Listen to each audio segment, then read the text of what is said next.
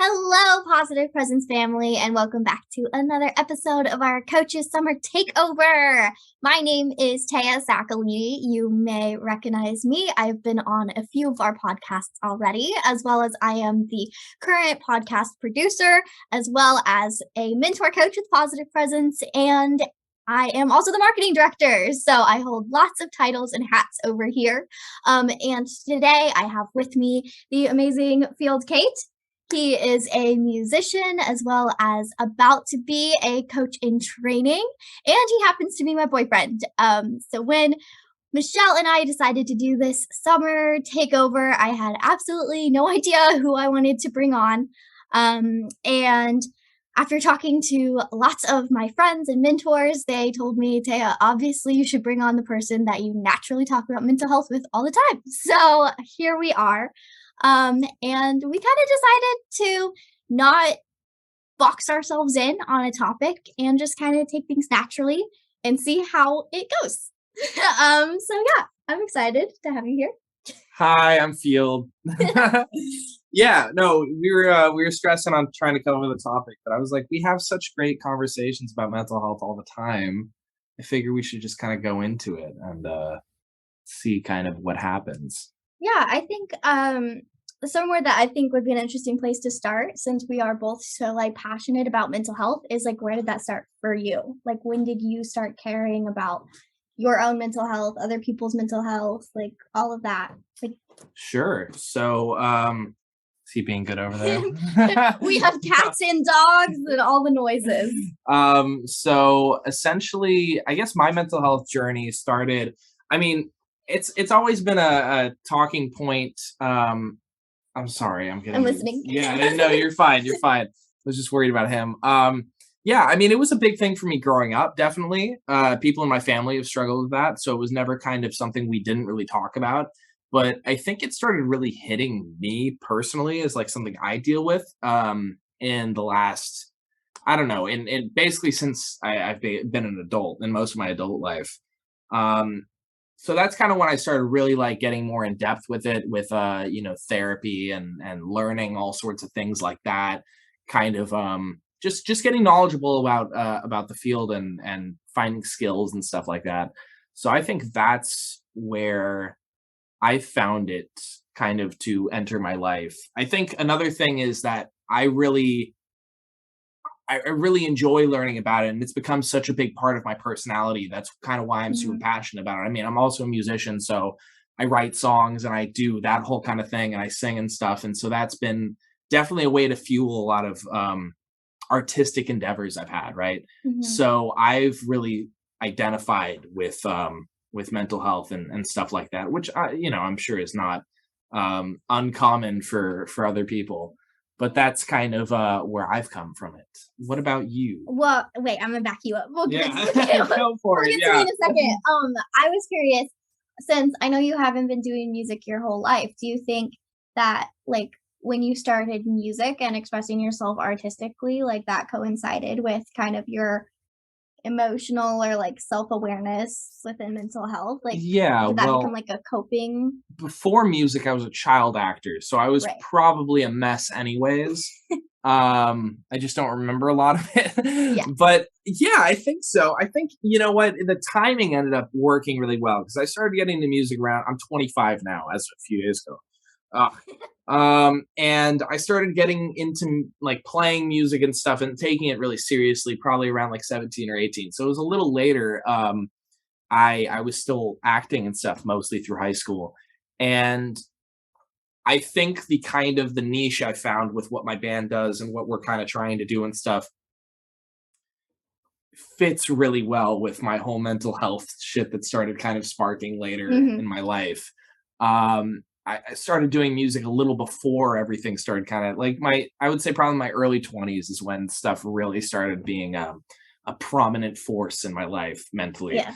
And I've been able to really attach all of this to kind of my art and the personality I take on in what I do and stuff like that. And I think it's made it significantly easier. But I also don't know a reality without that. Because ever since that has been happening, music has been there too, on like the same level as far as, what I do and stuff. Yeah. So So yeah, okay, cool. I Yeah. think so. I like this because I'm learning more about you too. Like I don't know Sure. the answers. I'm learning with the audience. I guess my answer, I kind of naturally fell into being the positive person always. Hmm. And like I was constantly told, "Oh, Taya, you're always so happy. Like we always come to you to make us feel better." And like that was kind of a role that was just put on me. And rather than being this kind of like positivity activist, which is a term that Michelle coined, I was Michelle, our lovely founder, CEO of Positive yes. Presence. Um I like now I identify positively as a positivity activist, but that was more of just a term that everyone put on me even when I didn't feel like I was positive. And so I kind of felt like I had to go through life like through middle school primarily with like this mask on every day of constantly being happy Mhm. and constantly being that ball of light for everyone always. And because everyone described me as that, I felt that I couldn't be anything else other than the happy person, Sure. which like really started to take a toll on my mental health. And I didn't necessarily have the complete awareness of what it was doing. I just knew that I didn't feel good, I didn't feel right, and kind of went through a place of darkness in eighth grade and then started to face more anxiety when I began high school and discovered like social anxiety is a thing that I had never experienced. And with that, I think I just began to look inside myself and recognize there were a lot of different parts of me that people didn't know about and Sure. that I had a right to express and be who I was instead of the person everyone was telling me I had to be. Mm. And so like I really created this idea that I wasn't worthy of problems growing up and that because other people had it worse, had no right to complain. I had no reason to have any worries or doubts or anything wrong with me. Um, and so it really just started from me learning to accept that I was worthy of problems and like Yeah, and yeah. then like allowing myself to have issues and then begin to work through them and lean on other people in my circles for support. And I think that's something that's daunting too is like when you become self-aware that you are going through stuff and working through stuff and you want to grow and you share it with people like I think that's when you really learn who's like going to accept you and Yeah, who's gonna yeah. like push you away or maybe like even who's not Keep ready going. I'm gonna move on. to accept that part of your life or like sometimes people I think aren't ready to accept the problems and things that they need to work through so they're not going to be there for you and that's definitely difficult. I feel Yeah. like I'm like talking in circles No, no, now. no, no, definitely. um Well, I think it's definitely having that kind of complex of feeling like you need to be at a certain place for other people, mhm. is definitely a great way to be suppressing everything you deal Yeah. with personally, because it becomes kind of like secondary anyways. It's like, well, I don't need to focus on my personal feelings. It's just kind of about, well, I need to be there for others and I need to be Mhm. this example for whoever else around me and whatever's going on. So that obviously sucks. Yeah, 100%. And I think like one of the really big turning points for me was meeting Michelle. And her Michelle, becoming founder, lovely CEO of Positive Presence. and I mean she is a visionary and she saw so much more in me than I saw in myself. And really put the confidence in me of like the potential that I held, but also really kind of explained and expressed to me how we all reach our best potential and reach the best versions of ourselves by making that decision and working on it every day. Like Yeah. it's not something where one day you just wake up and you're like, oh, I'm the best version of myself, the end. Like, Well, oh great. I know that in I have two really close friends. I don't have a lot of friends, but I have two incredibly close friends who I've been with since like early high school. And I obviously had we all had our struggles growing up, right? Mhm. Everything throughout all our teenage years and, young adulthood and now in the depth of the adulthood and everything. But I know it was tough for me and for them, for me to suddenly need a lot more support than I had needed in the past in these recent years, as far as starting to deal with newer things and really have kind of my own mental health kick my ass a little bit. It was also, and they've dealt with it and kind of figured out how to navigate dealing with it. But I know for the people around you, it can be a bit daunting as well, especially if it's somewhat more unexpected or in a situation like yours of like, oh, well, we've always thought of Taya as this role. Mhm. Whoa, I can't believe it's like, not that. Yeah. Um, and please excuse the lighting Yeah, constantly changing. I don't know what's I going think on. we're both too pale. I know. It's constantly readjusting. Um, But yeah, I think that can be difficult for some other people, and I also think part of that is in part due to that a lot of people growing up, apart from this generation, were not very focused on mental health. yeah. A lot of parents, it's much more of a big thing nowadays, I think, Mhm. in like our generation. But I that's mean, why we're all messed up like this because of our parents. So well, they didn't care at all. yeah, I think though that like with our generation kind of taking that stance and recognizing mental health is something that's really important and shouldn't just be like swept under the rug or Yeah. like, tough it out, it'll be okay. That like us speaking up is allowing our parents and those older generations to self-reflect on, yeah, maybe this is something that we should have worked on and something that we should have focused on. And I think a lot of them are backtracking. Like, I No, feel like definitely. some of the like, so many parents and older generations are realizing, like, wow, what I do really does impact my child. It's just too late. Yeah, not always, no. I mean, like, I saw something the other day that said something like, "Our kids do what we show them, not what we tell them," and it's like, Mhm. actions speak louder than words. So, like, as anyone is going into parenthood, it's, you have to be doing the work for yourself as much as your kid is doing the work for themselves. Yeah. And it's like a process that you 2 can, like, do together and grow together, but it's not like purely, "Oh, I'm just gonna tell you to be this way, and then poof, Mhm. it's all gonna work out."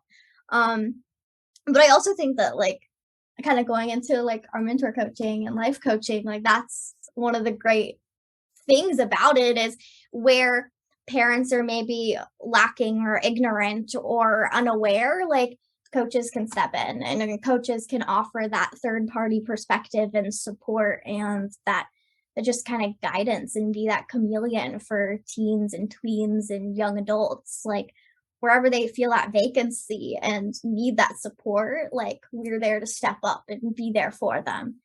Because, like, parents aren't superheroes. They can't do absolutely Well, everything. that's the Like, thing that I felt my whole life growing up, or I mean, started to realize, throughout my youth, and I think probably the vast majority of other children can relate to this, is yeah, it seems like your parents have the answers and are mhm. right and know what's going on, and they're your parents. So they're kind of on top of it all. But eventually you get to this day when you're like, wait, they kind of don't know what they're talking about either. And it's not entirely the case, but definitely, everyone think of yourself right now, Taya. I'll think of myself at the moment, right? That's just a parent is just that in many years. Like it's the same thing. We're still just figuring it out, right? Yeah, I think it's just like we learn from each other, like constantly in life. Like, as much as I am teaching my kids and my students, I learn from them as much as like they're learning from me. Like the words that come out of my mouth sometimes are the biggest lessons that I need to be teaching myself. Oh yeah. Well, it's all easier said than done too. Oh, 100%. But I think like just everyone going into life with that awareness of like there's something I can learn from every conversation that I have today, and like some way for me to grow. Like, I think having that mindset just naturally is going to make you a better person and help you grow and improve to becoming that version of yourself that you want to be. Because there's just like when you open yourself up to learning and being willing to grow and change, then I think that allows you to then be able to do so. Yeah. But it's like unlocking that willingness, I think, is so important. And like I've unlocked that so much more with being a coach. Like I went into it thinking like I have no idea what I'm doing. Like, why does Michelle think I can be a mentor coach? I'm not. I've just graduated high school. I'm barely through life. And then I really experienced that being a part of a community that constantly supports one another and is helping each other grow. Like, we are coaches, but we coach each other. And like I've never been at a point in my life where I feel like so excited and ready to work on myself. And like I feel like there's so much to work on, but then I also recognize like how much growth I've had to get to the point of where I am. And it's like I know in another like 5 years I'm gonna look back and be like, wow, there's so much more I need to do, but like there's so much that I've also accomplished. And I think just kind of like stepping back and also like taking that pause to have gratitude for all the things you have done in life. Because I know that's something I struggle with. And like we both say all the time, you know, we live in the future. And I think that can oftentimes lead us to forget to take pause and be happy with the moment and where we're at. Because it's always what's next. It's always what's the bigger thing, right? Yeah. I know in my case, I definitely struggle to appreciate any of the accomplishments I've had. Because, and I, even when I just said that right now, I was going to be like, oh, accomplishments, but it's like, no, I've had some decent accomplishments, and I definitely undermine them because I'm like, well, it's not enough yet. It's not this thing. It's not this thing. It's not what this person is doing. And so that is difficult. I'm not good at that. What you were saying though about like, oh, how could I be a coach and stuff like that? I'm coming from a very similar place. Now I'm not a coach yet. Yeah. But personally in my own life, I'm a total mess. And so I have a similar mindset where I'm like, how would I be good for someone else? But I look at all the progress I've put into myself in the last many years, but then also I feel like I extensively am talking to others, giving them mental health tips and stuff because like I'm the guy who knows about it, right? I'm the one who's been putting in the work, like independent, at least in my circles and etc. So, you know, I think I'm very equipped to kind of share skills and things like that, but it is very much of it's easier said than done. I know all the right things you're supposed to do. I know all the right ways to think and the right methods you're supposed to do to get out of this and this and this. It's a lot harder to implement than it is to talk about and tell someone. And that's why I think it's very much a personal journey. But if someone has the motivation, then it's possible, definitely. But it's a thing of like, yeah, we come from a generation that focused on it a lot less. And so it's kind of a thing where people are starting to learn that, oh, mental health and physical health kind of start to go hand in hand a little bit. If I had a broken leg and I was like, I'm not going to wear this cast, I'm just going to go walk around and go to work, they'd be like, yo, you have a broken leg. Don't do that. Yeah. But if you have like a bunch of mental health issues, it's like, no, it's fine. But it's the same thing. It's the same. 100%. It's like, get over it and go do this and do this and da da da. It's like, well, no, if you could see it, you would have a completely different mindset about it. Yes. But because it's invisible or whatever, it's suddenly not as relevant. I think that also like coincides with a lot of the times like people aren't willing to invest in their mental health either. Like Yeah. and like parents aren't like they'll hear, oh, it costs money. Well, I'm paying for their competitive soccer, so I can't afford it. But at the end of the day, the stress and anxiety that they are getting from competitive soccer, like I've done competitive sports, you were a child actor, like those are Might as like well be a competitive sport. Yeah. the most like stressful situations. Like there is so much rejection, so many like clicks, and so much constant pressure put on you as a youth that like if you don't offer that mental health support to go with it, it's just like your broken bone analogy, something's gonna break Yeah. and then you're gonna have to focus on it. So if you like take the opportunity to be proactive and put those steps in place before something does break or before something does happen, then I think it sets our like next generation up for such better success than like all the rest of us have ever had. Yeah. Like, um, And I do think as far as mental health, the next generation is going to be a lot more on top of it. World is ending, so they might have some other issues in other places, but mentally they'll be more prepared to take it on. yeah, I think the world's always ending. So I think they'll figure out their solution. Yeah. So I was kind of curious your reasoning for like why you think you would want to go into coaching. Like what is kind of your motivation behind it? I think, well, I mean, it's something I've always kind of done my entire life is I was always like very there for my mom and stuff, Right. growing up and being able to kind of articulate emotions and feelings and stuff. And in my band, Fencer, all our songs are written about like mental health and stuff like that. So it's very much something I've always been kind of focusing on. Mhm. I think especially in recent years, as I have done a lot of therapy and a lot of dialectical behavioral therapy, I I really enjoy sharing these life skills that I've learned with others because people will be like, I'm struggling with this and this. And like not to be like I'm up there, I know it all or something. I don't at all. Yeah. But I feel like so often when people are talking about mental health issues, I can kind of pinpoint the pattern, be like, okay, well, this type of thing, this is how you approach that.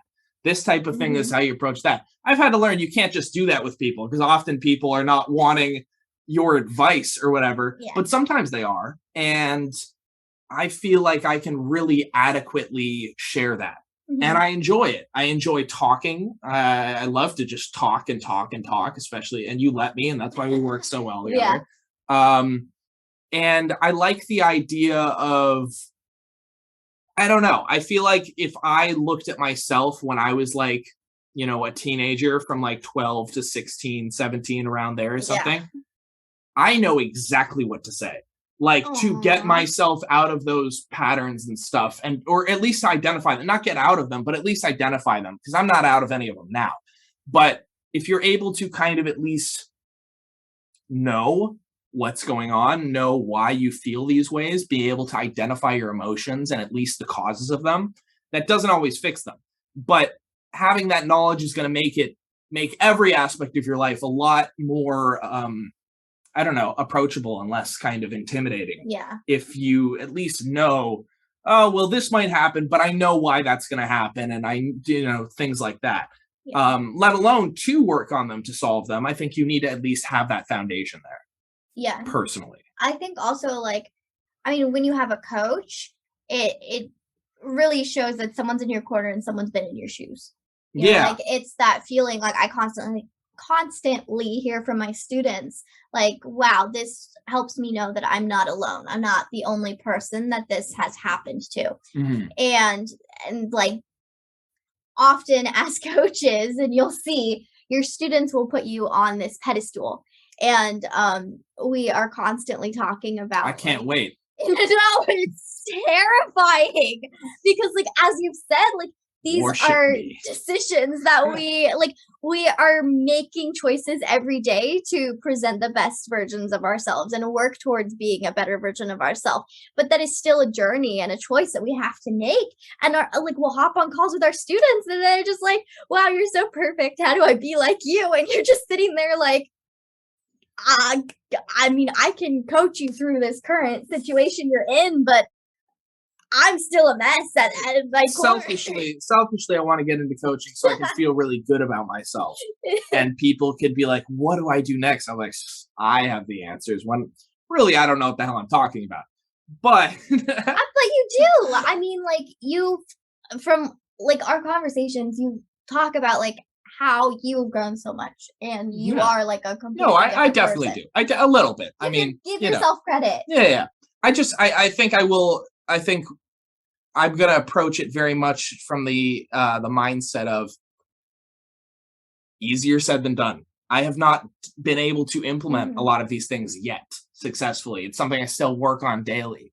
But I don't, that's the other thing I really want to get across to people is I feel like, and something I dealt with in therapy early on was being given the solutions. And then when I wasn't able to implement them on any short kind of time frame, I felt like shit about myself because I was like, why can't I do these things? And it's like, okay, well, that is the solution, but there are numerous steps to be able to utilize that properly. It's not just because I think a lot of people, especially if you're maybe not as educated on mental health as me and Thea are, but like I think it's kind of like, okay, well, what's the answer? What's the fix? And it's like, well, there's not. I mean, it's not as simple as that. There is. I could tell you exactly what to do to get your life together. You're not going to be able to go and just do it. And if you are, then maybe you have great mental health already. Well, I think it's also going to differ from person to person. Absolutely, right? Yeah. Like everyone's journey is going to be different. And like sometimes I have students who are like replicas of miniature me's. And it's insane because they'll say something and I'll just be like, I'm looking in a time machine and I want to like lead you on this path that is going to like help you avoid so much of the darkness that I experienced and that I went through. And like I do my absolute best to help them, but at the end of the day, they're their own individual and they are going to make their own decisions. It's their own journey. And it's their own journey. And I think something that really stuck with me that one of my mentors told me once was that some people learn from hearing and from seeing, and some people learn from doing. And like as a coach, when I have students who learn from doing, it is so difficult because they call me like in these moments of trauma and anxiety and regret. And they're like, you're going to be so mad at me. But even though we talked about this thing, I did it and I need your support now. And that's when like, as a coach, I just have to take a deep breath and be like, that's how I call my mom up. Mom, I did this awful thing. I need your support. And I'm like, I'm there for you.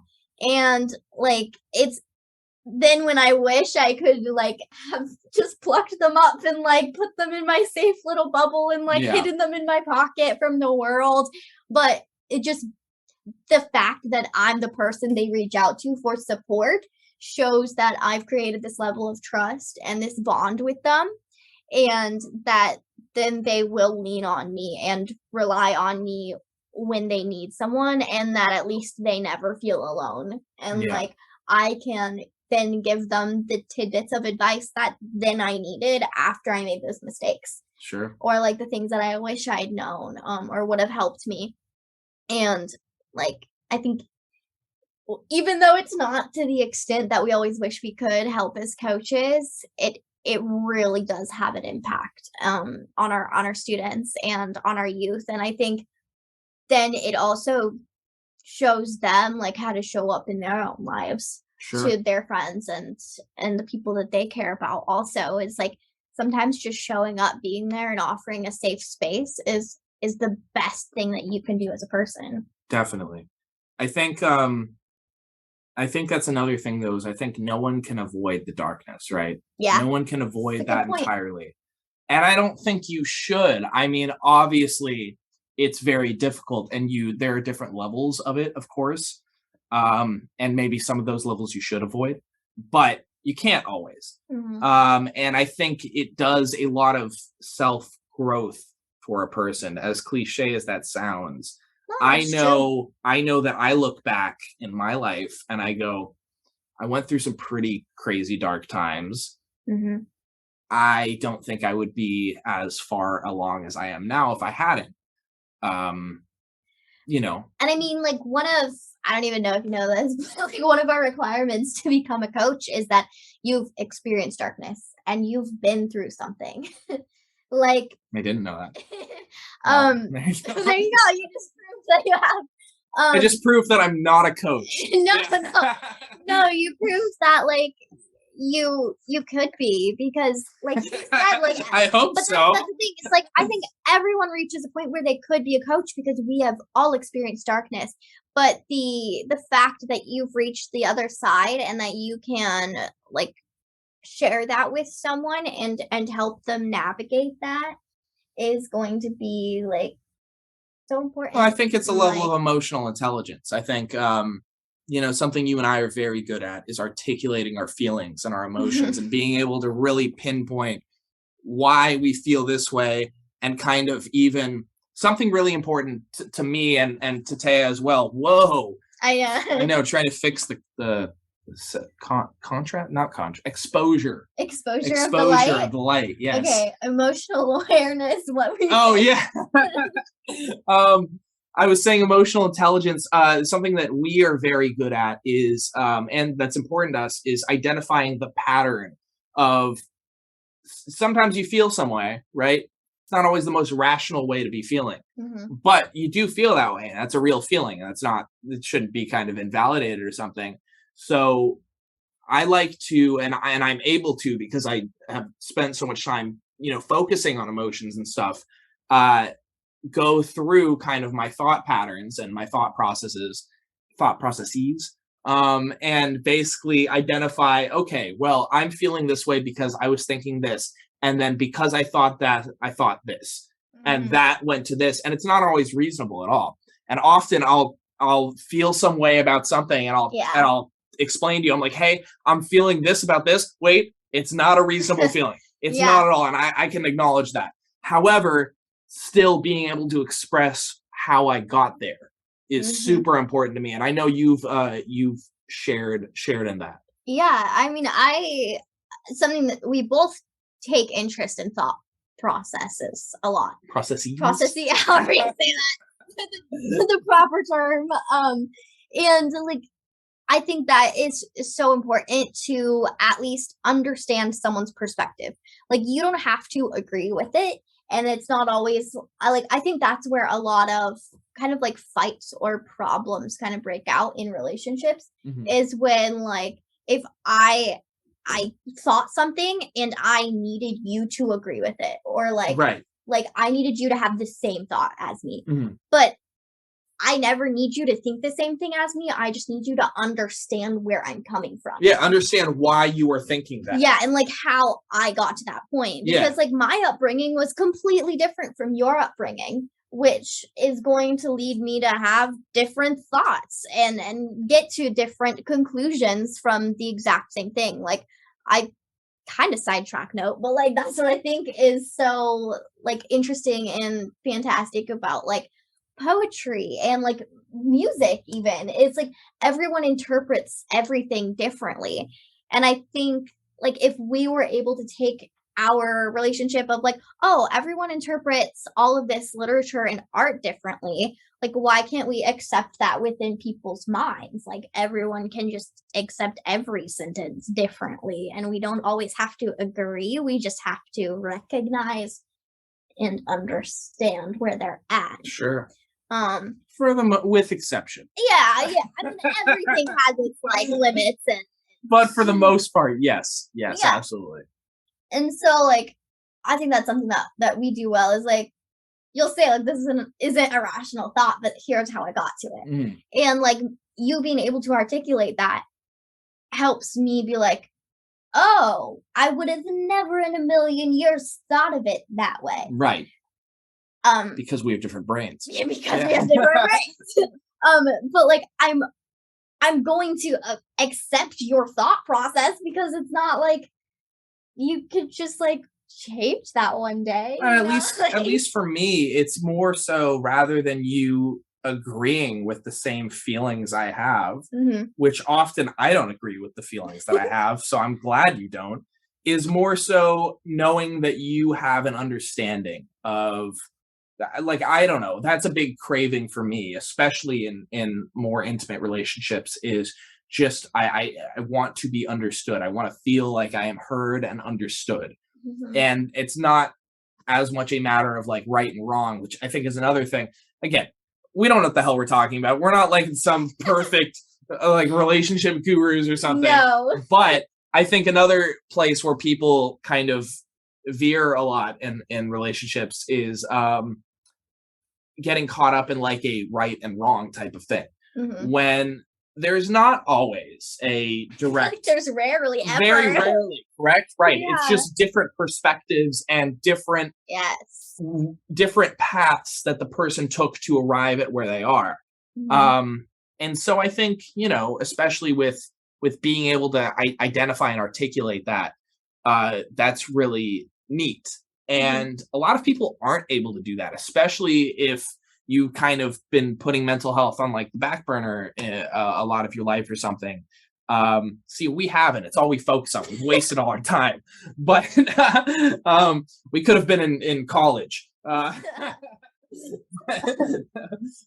I think, you know, we're able to very much pinpoint the emotions and what a feeling is. How to verbalize that. Yeah, I think that the communication is so important too. Like even outside of intimate relationships, like in every relationship, like especially like I'll have my students who they feel like their parents are constantly on their back and they won't leave them alone. And I'll say, well, have you expressed to them that you just need space? And like that's a completely acceptable feeling to need as a human being, no matter your age, is like you just need some me time. Like everyone should have the right to have me time. But if you don't express that to your parents that like, I'm okay, but I just need to be alone, then that's going to cause them to worry. And like, so many of my students are like, but I can't do that. Like, I can't tell them that.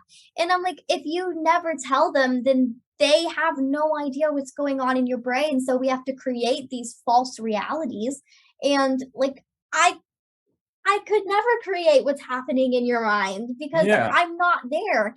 And so like if you weren't able to communicate to me, like if you just ran off and I was like sitting here creating like, oh my gosh, why did Phil just leave? What did I do? And like all of this stuff, like I'm going to go down this rabbit hole of negativity. And it's all going to probably be incorrect. It'll literally be like, oh, I had to sneeze. I don't know, like something stupid. Like, and like, but you being able to say that, like that's a random scenario, but like you being able to tell me that, then I'm like, okay, it's not me. I can take a deep breath and be done with those incorrect thoughts that I was assumptions. Assumptions. Because you share that with me, and I think that goes with everyone. Like, assume the best. I don't know. I think it's better to assume the best out of people than the worst. And like oftentimes I think if someone cares about you and you're sharing where you're at, they're going to respect that. Like if I was just like, yo, I need to be alone, you're gonna understand that and allow me to have that time. Well, I think another thing in going in tandem with not being able to or feeling like you can't say it to an example of like, you know, I need my space, my parents won't give me my space, etc. Yeah.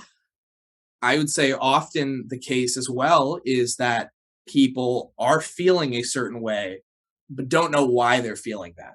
Don't know how to express that. And so it's like that can, you know, transfer over to other aspects of your life of like you have this negative feeling that you don't know how to get rid of it and it's just kind of there and it just can eat you up a little bit. Being able to be like, oh, okay, that is because this, all right, I didn't know that. And I think that's another super helpful thing. That's something that therapy has been fantastic for me for, is, throughout my life, being able to kind of realize, oh, I feel this way because of this thing that's happening, or Mhm. because of this, anxiety. Oh, okay, that's what, that kind of thing, etc. Yeah. Um, And, like, I think that's, one of the most magical moments when I'm coaching is when I'm, like, asking these kinda, like, these prompting, introspective questions because I've recognized, like, I know this one thing in your past led you to be feeling this way right now with this right. other thing, but they haven't gotten to that yet. Yeah. And it And has to come from them. and it has to come from them because if I say, "Oh, listen, you feel this way because of this," they're gonna be like, "No, we don't." Like they're gonna get so defensive and be like, "No, blah blah blah blah." But like once they like have that light bulb moment of, I just realized, I think because this happened to me 5 years ago, that it's still somewhere inside of me and I never worked on it. And now we need to start working on that in our sessions so this doesn't happen again. Yeah. And I'm like, oh, my baby's growing up. Like, I'm so proud of you because they get to that place themselves. And then, like, the further along I get in coaching, they do that for themselves. And I have to ask fewer and fewer questions to get them to go through that process of breaking down their own thoughts and doing that internal reflection and getting to that place of like meta learning and coaching themselves and then that's when we can graduate them and be like, well, you're coaching yourself. You're cured. Go spread your wings and fly. like, so yeah, that's the magical moment. uh, I'm just so happy when that happens to my students, but it's a process, and I think if no one helps prompt that, like Mhm. whether it's your therapist or a life coach or mentor coach, or if you just have some great mentor in your life who Right. is there for you and helps begin that self-awareness, and like how on earth are we supposed to learn that? Like just like naturally in life, I don't think that just happens. Um, Yeah. No, that's why I think, I mean, in therapy, life coaching, etc., it's yeah. more so kind of a guide, and here's a different way, different perspectives to look at the issues going Mhm. on in your head, and kind of be able to, because that's the thing, is we know, we kind of generally are like, maybe this is why. Yeah. But you're not supposed to go outright and say that. It's supposed to be Mm-mm. like, okay, well, let me kind of give you nudges in the right direction, so that when you do figure that out, it is kind of a very honest feeling. And I think when Mhm. people come to that realization themselves, it feels particularly honest and genuine.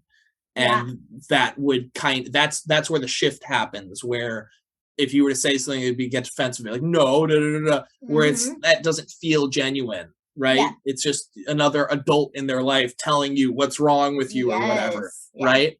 And no one likes that. Adults are terrible. No. Well, no one So wants to be told like no one, anything exactly. about themselves. It's like, you don't know what, how, why would you know anything? You don't know what you're talking about. Yep. I would know me. It's like, Mhm. okay, You do well, know let me you. help you know you then. What Yeah, if I you love look at that. it from this angle a little bit?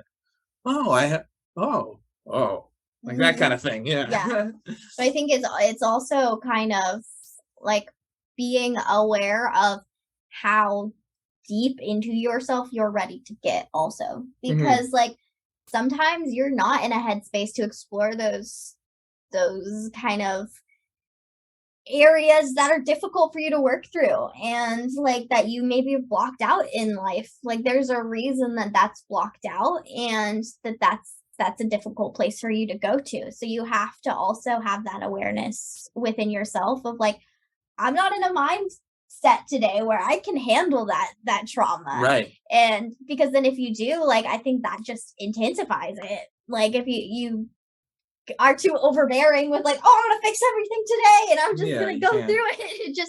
It's gonna magnify the things that are weighing you down.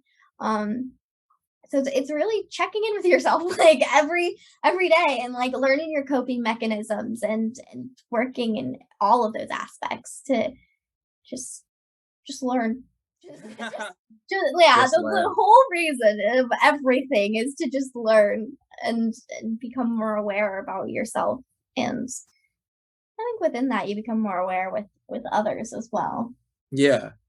Because like I think the more that I learn about me, the more I'm able to pick up things about others too. Mhm. Because like if you're in tune with yourself, then I think you're gonna be more apt to be present in the moment because you're not worrying about like, oh, I need to be like if I feel confident with who I am, I'm going to be able to show up in every situation authentically and not be thinking like, oh no, what are they thinking about me? And oh no, what if I say the wrong thing? Like if my mind isn't there, I can just be in the moment and pay attention to what's in front of me and who's in front of me and how they're acting and then like respond in the best ways to them.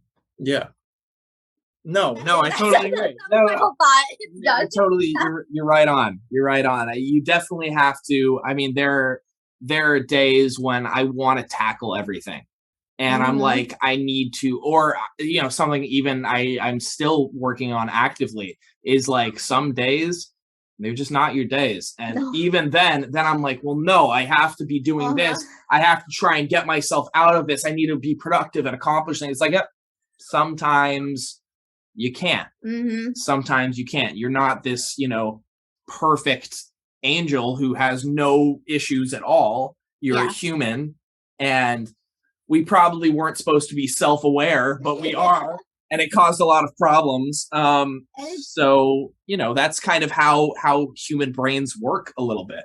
yeah, like, yeah, every day can't be your day. Like, it's Right. okay to and I struggle with that so much. Like, I I've mentioned like we coach each other as coaches, and like I'll reach out to Cheyenne or to Michelle or anybody and just be like, I have laid in bed all day and I feel absolutely terrible. And they're like, do you see all of the things you do every single day? Yeah. It's good that you're taking a break. Like, allow yourself to take that break. In like one of our previous podcasts, I think we talked about like toxic productivity. Mhm. And I'd never heard that term until that podcast and I was like, "Oh my goodness, this is me." And like now that's something that I really, really focus on is like not being so wrapped up in constantly having to do better and be better and like accomplish a bajillion things a day or else Yeah. I'm worthless. Like allow yourself to just take a day and do nothing. You got to be nice to yourself too, because another thing that I think a lot of people don't realize is because it feels fake when people say this. It's like that's stupid, Yeah. but it's true in the sense of you need to be kind to yourself in your head. Mhm. You need the whole positive self talk and stuff like that. Like if you don't believe that, and someone's like, well, you're supposed to say it anyways until it Until it feels eventually it'll right. work. Yeah. That sounds stupid. That It sounds sounds dumb. That stupid, sounds like that won't work. It's like, but then okay, it works. eventually it starts to work a little bit. And I think it's very difficult to pull yourself out of, certain routines or patterns or dark places if you are still kind of being really hard on yourself. You kind of need to allow yourself to go, excuse me, it's okay that I'm having trouble at the moment. Mhm. It's okay that I couldn't get out of bed today. It's okay that I am going into these dark places that I don't have my shit together or whatever. That's an okay thing, and to be gentle with yourself and kind to your brain Mhm. because that stuff does have an impact. Seriously, Yeah. of being, especially of being able to progress further past that. Yeah. I mean, You can't you without it. can do everything you can as like a coach in someone's life or just like a positive mentor. Like you can tell them all the right things. You can be there to support them. But if that person isn't willing to go on this journey, that isn't willing to put in the work for themselves, then it's not going to work. And like we tell all of our parents, all of our students, like as much as you put into this is going to be how much you get out of it. Yeah. And it's like one of the first things we introduce are affirmations. Like we're like, all right, here's your affirmation. Go say it for 2 weeks every single morning. And like 9 times out of 10, the student looks at you like, this is dumb. Yeah. Like, no way I am gonna do this. And then like, if they actually commit and they say it every morning for a week, they come back and they're like, I feel kind of good about myself after I say that. Like, I worked a little bit. I don't completely hate it. Yeah. And then like the more they go with it, then they start to fall in love with it and really start to implement it into their life every single day. And then they get excited to share it with their friends. And like, it's just, if you're willing to put in the work, it's going to show. I'm not willing to put in the work. I don't know how to do that. I use you for those affirmations. No, you can't. That's the work I'm gonna put in. If you can't do it, find someone who will tell you those things and keep them close. No, if you can't do it, find someone who will help you learn how to do it for yourself. Yeah. Yeah. Yeah, go us. Yeah, go us. Look at us. So we have it all figured out and Clearly. don't deal with any daily issues. No, but I mean, it's all trial and error, right? Yeah. It's psychiatrists. I'm very pro psychiatry. I learned recently they don't even know what they're saying. They're like, we don't know how the brain works. I was like, why do you think this would work over this? They're like, well, we don't know. I'm like, oh, we really know nothing about the brain. Yeah, we know nothing about the brain. We really have no idea what we're talking about. So even learn your own. Yeah, right. Learn your own brain. Just go with the flow. Try your best. And there are great skills that you can share with people to help them approach things from different ways. But it ultimately does come down to the person wanting or having that desire to implement things or change things in their life, right? Yeah. And it's not always easy. In fact, I'd say it's generally very difficult, but it is kind of up to the person and really wanting to do that. That's something I hate too. I hate that because I still, to this day, I'm 25 and I'm still like always like, I want my mom to come solve all my problems for me. Me too. I hate this. It feels very lonely when you learn that, okay, no one's coming to save you. It's up to you, right? Yeah, you gotta do it for yourself. Hate that. But it is true. And the sooner you're able to embrace that, the sooner I think you're able to kind of adopt that mindset. And that's when you're going to really see some change happen. Or when you're going to really start to see all these skills and ideas and things that people tell you, like, oh, suddenly now, remember that thing? That actually might be kind of useful. I'm going to try that. Oh, wait, it's kind of working. Wow. Yep.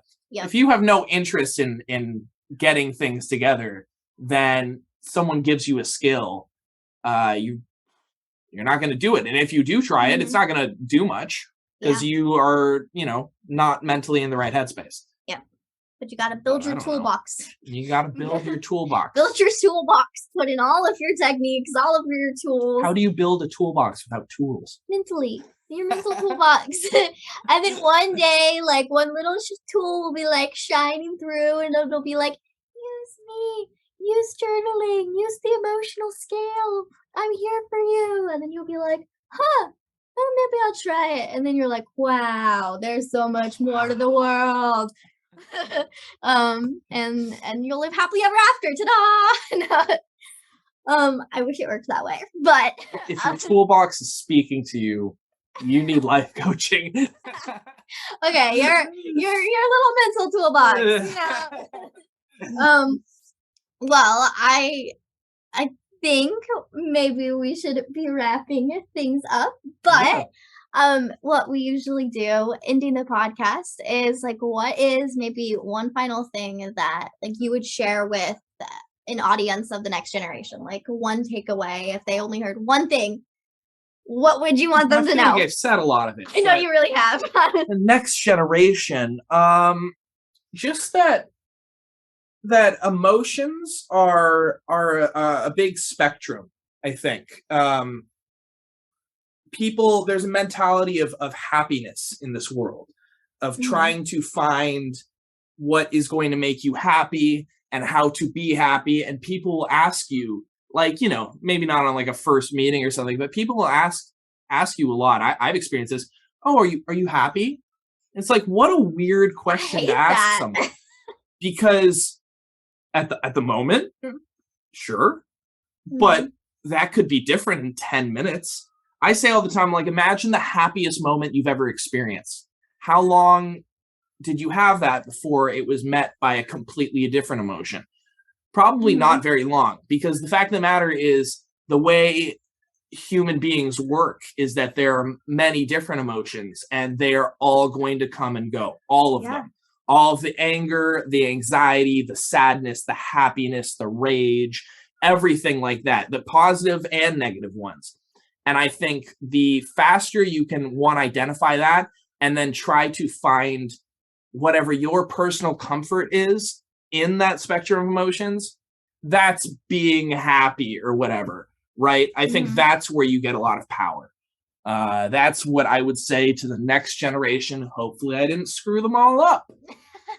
No, I like that. I kind of like defining your own level of happiness. Yeah. I like that. Because it's not, happiness is the wrong word for it. Because happiness sticks on the spectrum of emotions. It's just existing and feeling what you feel. You can't grab one of those emotions, even if I wanted to. If I was like, I want to be sad 100% of the time, you can't be. You can't be. Even if you're sitting there like that, you might have a thought and be like, oh shit. It's like you ruined the whole thing. I'm gonna be grumpy now. It's like, it doesn't work. Yeah. No, I really like that. So remember, there's a spectrum of emotions, everyone. What about you? What do you tell the next generation? Me? No, that was my question to you. Well, you said it's the way, it's the tradition and the cast. You're right. I think it's really kind of where I started with my mental health journey, is that, like, everything that you are feeling is valid. Like, you have a reason to have emotions, and just because someone labels you one way or tells you you're supposed to be one way, like, does not excuse anything that you are feeling, and nothing should ever just be dismissed or pushed away. Like take the time to hone in on whatever it is you're experiencing, because if it is causing like any doubt in your mind, like even if it's in your brain for like 0.2 seconds, it's been there and it deserves to be focused on. Like it's a part of you now. And so don't dismiss any part of you. It all matters, and it's all important, and you are important. All of it. And there is no supposed to. I think a lot of that was really good. I like that a lot. I was just going to jump off it really quick. Please do. There is nothing is supposed to be anyway. Like literally at all. Yeah. You are your own person. You can do whatever you want with your life. You can think however you want. You can feel whatever you want. There isn't this is supposed to happen. Oh, I should be like this. Oh, my parents say I should be doing this. Oh, this is what people like this do. It's like the especially the more open the world gets with everything, and being able to be accepting of everything, right? Which I think is a really positive direction we're moving in, is that literally like nothing matters. Like like no. But like in the sense of like there's no supposed to be. There's no. Just do your thing. Yeah. I mean, there's never been a you before. You are the only you that has, will, and ever will exist. Yeah. Just own it. Learn what that looks like and accept it, because you're the only one who can be that. Exactly. Try to surround yourself with people you like. Try to surround yourself with activities you like. Yeah. And try to survive. Yeah, That's learn you're happy. Yeah. I'm gonna start saying that to people. Learn you're happy. Learn you're happy. Exactly. Okay, so where can our listeners find you? Oh, I thought you were going to say us, and I was going to be like, I have not been prompted on all the handles. No. At Positive Presence Global, PPG Global, I don't know. Yeah, Positive Presence Global. No, where do they find you? Me. Hey, I guess check out my band. We're called Fencer. Our social is at Fencer Band, FencerBand on everything.